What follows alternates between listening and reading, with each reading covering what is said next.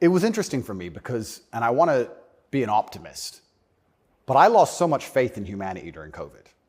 If you would have told me how COVID would have gone down before COVID, I'd say no way. We're not that bad. I thought the people aren't that dumb. But when I experienced COVID, it's actually scary. You see how the Nazis managed to do what they did. You see how they managed to put people in concentration camps. You see it. And I had a very unique view of COVID because in the first days of COVID, when people were falling over in China and the Italian hospitals were overrun, at the height of the panic, when most people believed, because it was the very beginning, early stages, my brother and I had a very logical conversation and said, we're two military-aged men in very good physical condition. If we die of this, the world's over. If it can kill us, it's zombie apocalypse. So why are we going to live in fear?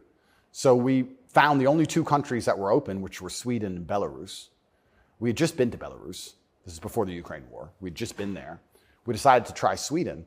So for the first 3 months of COVID, during the height of lockdowns, when Florida was closed, when it was I remember. Yeah, when it was the craziest lockdowns globally, me and Tristan are in Sweden in absolute freedom. They had no restrictions, no masks, no vaccine passports, no social distancing, nightclubs are full, restaurants are open, perfectly complete normal society.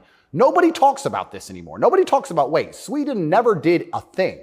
Everything functioned perfectly fine the entire time. And they don't have it. Where's their where's their illness of their winter of severe illness and death? Yes. They never had one. It's a cold country, never had one.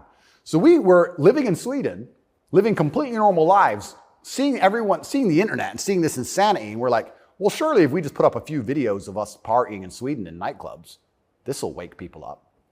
People ignored their own eyes.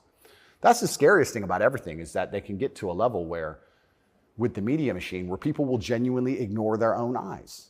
I don't understand how you can get people so brainwashed that they will see that the sky is blue, and then they'll watch that the sky is green, and then they'll look at it again and go, the sky's green. It's crazy to me, but COVID proves they can do that. And that's why the war is getting so intense, because the principled people are saying, how can you still believe in the things that you're saying? Here is all the logical, empirical evidence that that is a lie. But these people are ideologically brainwashed, and they don't want to take enough. They don't have the bravery it takes to wake up and accept that they're being lied to. So they'd rather just, to the end of time, repeat what they're told. And it becomes more and more intense as it becomes more and more ridiculous. That's so scary. As it becomes more and more ridiculous, the more intense both sides get. Yes. Right?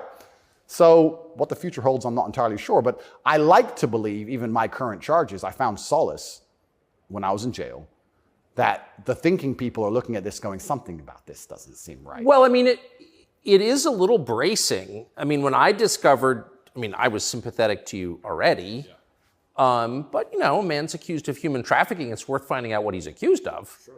And when I discovered that there was no actual human trafficking charge, that's not actually human trafficking. I don't care what you call it. Yep. You weren't buying it, even accused of buying and selling anyone.